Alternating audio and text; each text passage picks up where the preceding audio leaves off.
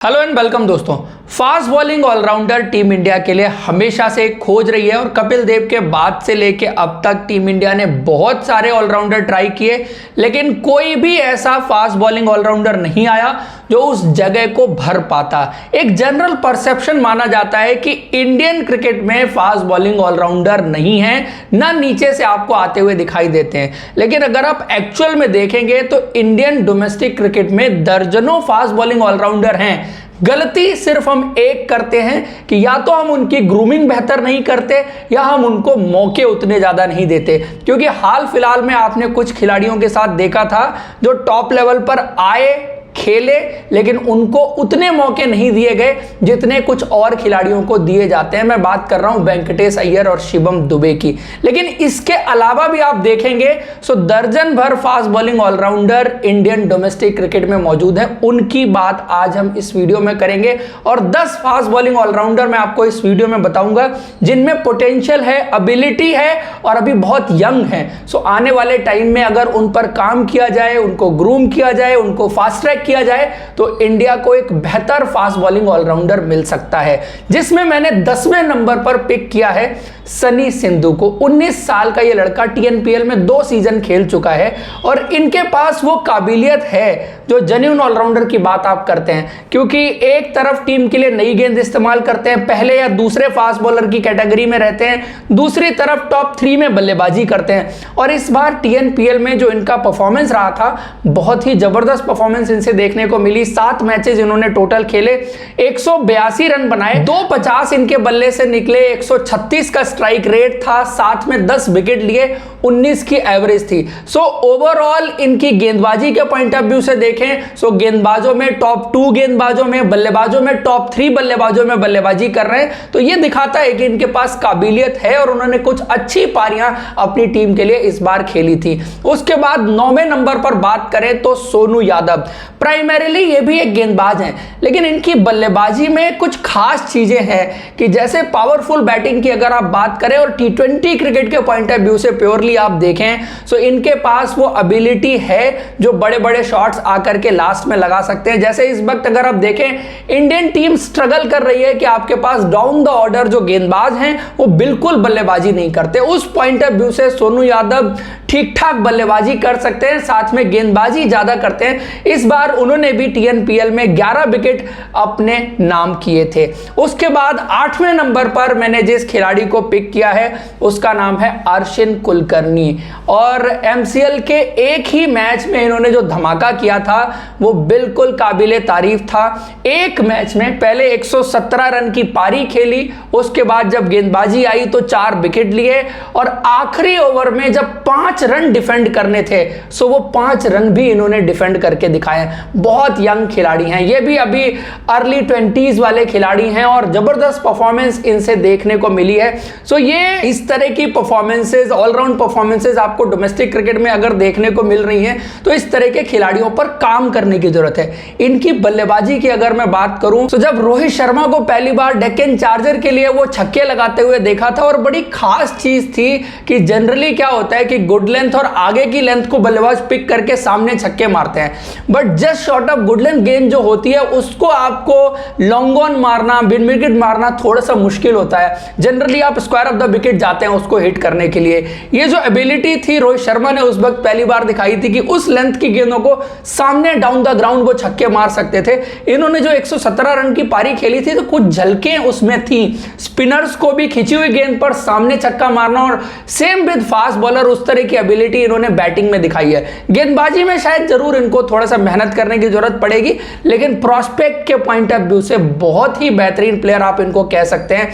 उसके साथ नंबर 7 पर पहले तो मैंने पिक किया था सनबीर सिंह को, और जिस तरह का इनके लिए टी20 क्रिकेट का सैयद मुश्ताक अली ट्रॉफी का सीजन गया था उस वजह से इनको सनराइजर्स हैदराबाद की टीम ने सेलेक्ट भी किया। और खास चीज इनके साथ यह है, एक तो इनका स्ट्राइक रेट जो बहुत बेहतरीन है। इतनी क्रिकेट खेलने के बावजूद बावजूद भी 180 का स्ट्राइक रेट अभी भी इन्होंने मेंटेन करके रखा हुआ है। दूसरी चीज, आप इनका एवरेज देखेंगे तो 40 के आसपास का इनका एवरेज भी है। ये क्या दिखाता है? ये दिखाता है कि जिस नंबर पर ये बल्लेबाजी करते हैं तो वहां पर मैचेस फिनिश करते हैं, नॉट आउट आते हैं, क्योंकि बहुत ज्यादा रन्स नहीं बने इनके लिए, लेकिन टीम के लिए मैचेस ज्यादातर मौकों पर फिनिश करते हैं, नॉट आउट आते हैं और बेटर स्ट्राइक रेट से खेलते हैं। सो टी20 क्रिकेट में फिनिशर के पॉइंट ऑफ व्यू से एक बड़े इंपॉर्टेंट प्लेयर हो सकते हैं। साथ में गेंदबाजी में जो आप एक्सपेक्ट करते हैं कि 1-2 ओवर की गेंदबाजी करके कोई गेंदबाज दे सकता है और गेंदबाजी में कंट्रीब्यूट कर सकता है, उस पॉइंट ऑफ व्यू से बेहतरीन खिलाड़ी हैं। डोमेस्टिक में इन्होंने ओवरऑल काफी अच्छा प्रदर्शन किया है। लेकिन शिवम मावी का जो इस बार राइज हुआ है डोमेस्टिक क्रिकेट में एज अ बैट्समैन, गेंदबाजी तो आप हमेशा से जानते हैं कि वो बेहतरीन गेंदबाजी करते हैं और 2018 के वर्ल्ड कप में जो सेंसेशन बन के निकले थे, उसके बाद इंजरीज का सिलसिला हुआ और फिर वापसी हुई। लेकिन अभी जो रणजी ट्रॉफी का सीजन गया था वहां पर जबरदस्त गेंदबाजी उन्होंने की, दिलीप ट्रॉफी में जबरदस्त गेंदबाजी की और देवधर ट्रॉफी में जो उन्होंने बल्ले से जौहर दिखाए और 2 पारियां जिस तरह से उन्होंने खेली हैं, जिस तरह से उन्होंने छक्के लगाए हैं, वो बिल्कुल देखते ही बनता है। शायद गेंदबाजी जितनी बेहतर वो करते हैं ना, उतना ही बेहतर उनकी बल्लेबाजी बाय द टाइम होती जा रही है। और उनकी फील्डिंग की बात करें तो जबरदस्त थ्रोइंग आर्म उनके पास है, बेहतरीन शोल्डर उनके पास है जो डीप से सीधा विकेट पर थ्रो मारते हैं। उसके बाद उनकी गेंदबाजी की भी अगर बात करें तो गेंदबाजी भी अच्छी और ठीक ठाक गेंदबाजी करते हैं। आप देखेंगे कि टॉप 2 टॉप 3 फास्ट बॉलर में आप हमेशा उनको रखेंगे, जिस भी टीम में वो खेलते हैं उनको सेंट्रल जोन की कप्तानी करने का भी मौका मिला है और बल्लेबाजी में जो प्रोग्रेशन स्पेशली उन्होंने दिखाया है वो बिल्कुल देखते ही बनता है। और उनको इंडिया की टी20 टीम में सेलेक्ट भी किया गया था, लेकिन बिना खिलाए उनको ड्रॉप कर दिया गया। साथ में गुजरात की टीम ने पूरे सीजन उनको बेंच पर बिठा करके रखा और कोई भी मौका उनको खेलने के लिए नहीं दिया। तो वो भी एक बड़े इंपॉर्टेंट प्लेयर हो सकते हैं अगर उन पर थोड़ी सी मेहनत की जाए। स्पेशली वो गेंदबाज जो लास्ट में आके छक्के लगा सकता है, आपके लिए मैच टर्न कर सकता है, उस तरह की एबिलिटी और स्किल उन्होंने हाल फिलहाल में दिखाई है। उसके बाद नंबर 6 पर बात की जाए तो कर्नाटका से आने वाले मनोज भांडगे, 24 साल के हैं ये भी और आरसीबी की टीम का भी हिस्सा थे। खेलने का मौका नहीं मिला। टी20 क्रिकेट में इनका स्ट्राइक रेट बहुत बेहतरीन है, 154.66, लगभग 155 के स्ट्राइक रेट से इन्होंने बल्लेबाजी की है।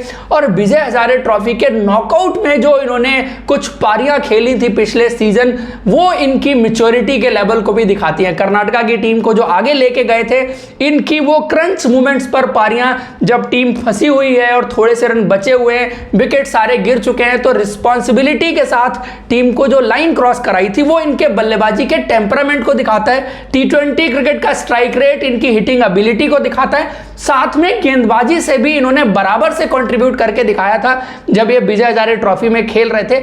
आईपीएल में खेलने का मौका इस बार इनको आरसीबी की टीम में नहीं मिल पाया। उसके बाद नंबर 5 पर बात की जाए तो मैं रखूंगा मणिशंकर मुरा सिंह। और इस खिलाड़ी ने ओवर द ईयर्स बहुत बेहतरीन प्रदर्शन करके दिखाया है। 81 फर्स्ट क्लास मैचेस अब तक खेले हैं, जिसमें 245 विकेट हैं, 11 4 विकेट हॉल हैं और 13 5 विकेट हॉल हैं। सो ये जब भी विकेट लेते हैं ना, गुच्छों में विकेट लेते हैं। आपने इनको दिलीप ट्रॉफी में देखा तो 5 विकेट हॉल लिया था, देवधर ट्रॉफी में भी 5 विकेट हॉल लिया। सो हमेशा ये गुच्छों में विकेट लेते हैं। साथ में इनकी बल्लेबाजी की भी बात करेंगे तो 3350 रन इनके नाम फर्स्ट क्लास क्रिकेट में है, 400 हैं, 1450 हैं। सो बल्ले से भी अच्छा कंट्रीब्यूट कर सकते हैं, हमेशा इन्होंने किया है। बाकी इनका टी20 क्रिकेट का फॉर्मेट अगर आप देखेंगे तो वहां पर भी इन्होंने 60 मैचेस में 47 विकेट लिए हैं। और बल्लेबाजी की भी बात करेंगे तो वहां पर इनका 134 के आसपास का स्ट्राइक रेट है। 50 ओवर क्रिकेट की अगर बात करेंगे तो 57 मैचेस खेले हैं, 69 विकेट उन्होंने लिए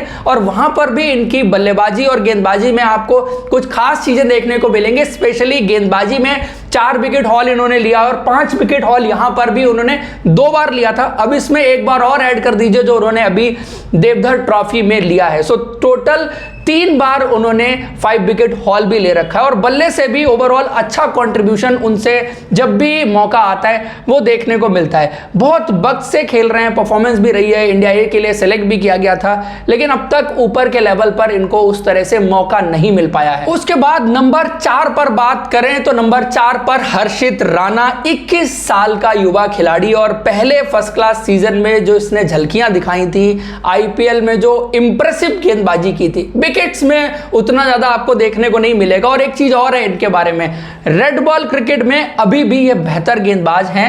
व्हाइट बॉल क्रिकेट में इनको अभी काफी सारी चीजें सीखनी है। बहुत यंग है, 21 साल के हैं। बाय द टाइम जैसे जैसे खेलते जाएंगे और सीखते जाएंगे। पेस इनके पास है। अब तक 7 मैचेस इन्होंने डोमेस्टिक क्रिकेट में खेले हैं, जिसमें 28 विकेट इनके नाम है, 26 की इनकी एवरेज है। बाकी इनकी गेंदबाजी की बात की जाए, एक बार 4 विकेट हॉल लिया है, एक बार 5 विकेट हॉल लिया और एक बार मैच में 10 विकेट भी इन्होंने लिए हैं। बल्लेबाजी सबसे बड़ा हाईलाइट है इनका। अब तक इन्होंने 343 रन बनाए हैं और 49 की एवरेज है। सैंपल साइज थोड़ा छोटा है क्योंकि 7 ही मैच खेले हैं, लेकिन 49 की average for a bowler, fast bowler जो 145 की गति से गेंदबाजी करता हो, यह काबिले तारीफ है। 1 सेंचुरी और 1 50 अब तक इनके लिए फर्स्ट क्लास क्रिकेट में निकला है। लेकिन ये रेड बॉल क्रिकेट के आंकड़े, रेड बॉल क्रिकेट में उन्होंने अभी दिलीप ट्रॉफी में भी अच्छा किया था, लेकिन व्हाइट बॉल क्रिकेट में जब इमर्जिंग एशिया कप में खेल रहे थे तो वहां पर भी थोड़ा सा गेंदबाजी में अभी कंट्रोल की और जरूरत है। और व्हाइट बॉल क्रिकेट की वो चालाकियां अभी उनको वक्त के साथ सीखनी पड़ेंगी, जिससे कि वो व्हाइट बॉल क्रिकेट में भी बेटर गेंदबाज बन सके। लेकिन पोटेंशियल पूरा है, काबिलियत पूरी है टॉप लेवल पर जाकर के खेलने की और ऑलराउंडर होने की। उसके बाद नंबर 3 पर बात की जाए तो राजवर्धन हंगरगेकर, बहुत ही युवा खिलाड़ी, ये भी मात्र 20 साल के, और लिस्ट ए में इनका प्रदर्शन बहुत ही शानदार रहा है। अब तक 16 मैचेस में 33 विकेट लिए हैं, यानी पर मैच 2 विकेट से भी ज्यादा ये लेते हैं। 20.72 की इनकी एवरेज है। 4 विकेट 3 बार लिए हैं, 5 विकेट 2 बार लिए हैं। सो विकेट्स ये भी गुच्छों में लेते हैं। और अभी हाल फिलहाल आपने इनकी बल्लेबाजी में जो देखा है, जो लॉन्ग हैंडल का इस्तेमाल कर सकते हैं, आपने इनको इमर्जिंग एशिया कप में भी देखा, साथ में देवधर ट्रॉफी में इन्होंने कुछ मैचेस में बड़ी इंपॉर्टेंट पारियां अपनी टीम के लिए खेली थी। लास्ट में एक मैच जो अतीत सेठ के साथ मिलकर के इन्होंने जिताया था, जिसमें 12 गेंदों पर 25 रन की जो पारी थी, बहुत ही लाजवाब पारी इनकी तरफ से देखने को मिली थी, जो गेम चेंज करने वाली पारी एक तरह से कर सकते हैं। कि जिस तरह से इंडियन फास्ट बॉलर बल्लेबाजी नहीं करते हैं, तो कुछ इस तरह के फास्ट बॉलर जो बल्लेबाजी में कंट्रीब्यूट कर सकते हैं, लास्ट में छक्के लगा सकते हैं, टीम के बैलेंस के पॉइंट ऑफ व्यू से बहुत इंपॉर्टेंट हो सकते हैं। और अगर इन पर काम किया जाए तो जरूर एक प्रॉपर बैट्समैन की तरह भी खेल सकते हैं डाउन द ऑर्डर, आपको नंबर 7-8 पर बल्लेबाजी करवानी हो। उसके बाद नंबर 2 पर मैंने जिस खिलाड़ी को पिक किया है उसका नाम है राज अंगद बाबा। और अंडर 19 वर्ल्ड कप में जो पोटेंशियल इस खिलाड़ी ने दिखाया, बहुत सारे खिलाड़ी आपके लिए पिछले कुछ वक्त में इंडियन डोमेस्टिक क्रिकेट में आए हैं, लेकिन इनके जैसा ऑलराउंडर दूसरा नहीं आया। लेकिन अनफॉर्चुनेटली जो इनकी इंजरीज रही हैं, उसकी वजह से ना ज्यादा फ्रेंचाइजी क्रिकेट खेल पाए, ना ज्यादा डोमेस्टिक क्रिकेट खेल पाए। और 2022 के अंडर 19 वर्ल्ड कप में जो इनका परफॉर्मेंस देखने को मिला था, वो बहुत शानदार था, लेकिन उसके बाद कुछ क्रिकेट इनसे देखने को नहीं मिली। अगर कुछ क्रिकेट खेल पाते और दिखाते अपना पोटेंशियल और एबिलिटी, और वो परफॉर्मेंस में कुछ दिख रहा होता, तो जरूर इनकी चर्चा होती। लेकिन बाय द टाइम जरूर फिट होंगे और फिट होकर के दोबारा डोमेस्टिक क्रिकेट में इस सीजन वापसी करेंगे।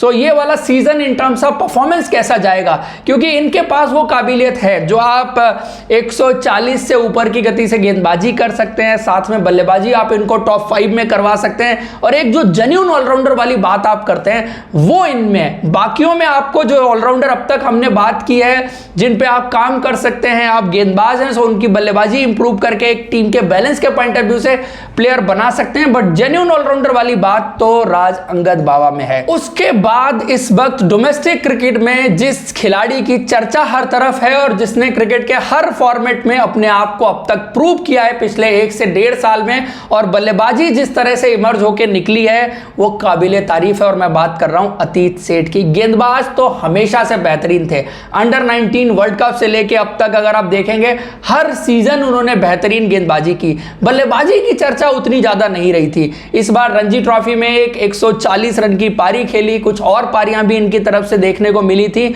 लेकिन उसके बाद अभी जो दिलीप ट्रॉफी हुई, देवधर ट्रॉफी हुई, वहां पर जो इनसे परफॉर्मेंसेस देखने को मिली हैं वो बिल्कुल काबिले तारीफ है। अब तक फर्स्ट क्लास मैचेस में 32 मैचेस खेले हैं, 101 विकेट इनके नाम है, 24 की एवरेज है। सो ये बेहतरीन एवरेज आप कहेंगे। और स्ट्राइक रेट जो है वो 47 का इनका स्ट्राइक रेट है। 4 विकेट 2 बार लिए हैं, 5 विकेट 5 बार लिए हैं, 10 विकेट भी इन्होंने एक बार लिए हैं। लिस्ट ए में अगर इनकी गेंदबाजी की बात की जाए तो 50 मैचेस में 67 विकेट है, सो वहां भी आप इनको विकेट टेकर देखते हैं। एवरेज 24 के आसपास की, इकोनॉमी 4.84 का, सो गेंदबाजी वहां भी आप इंप्रेसिव देखेंगे। इवन टी20 क्रिकेट में भी देखने जाएंगे, सो 45 मैचेस में 57 विकेट है, 19 की एवरेज है और 7 के आसपास का इकोनॉमी रेट इनका वहां पर देखेंगे।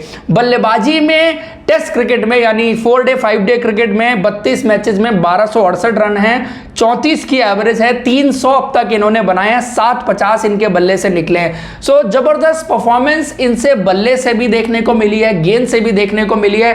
और अभी पिछले एक साल में जिस तरह से बल्लेबाजी का ग्राफ ऊपर गया है, सो इस वक्त इंडियन डोमेस्टिक क्रिकेट में सबसे बड़े कंटेंडर अगर आप देखें इन टर्म्स ऑफ ऑलराउंडर अगर कोई है, चाहे वो टेस्ट क्रिकेट की बात हो या वनडे क्रिकेट की बात हो, इवन टी20 क्रिकेट में भी आप अतीत सेठ को देखते हैं। तो दोस्तों ये थी 10 फास्ट बॉलिंग ऑलराउंडर की लिस्ट। आप इसमें से किसको पिक करना चाहेंगे जो फ्यूचर में आपको इंडियन टीम में खेलता हुआ दिखाई दे सकता है, जरूर कमेंट बॉक्स में बताइएगा। ये वीडियो और डिस्कशन आपको अच्छा लगा है तो आप लाइक जरूर करें और अब तक आपने हमारे चैनल को सब्सक्राइब नहीं किया तो सब्सक्राइब कर लीजिए। Thank you so much, see you in next video.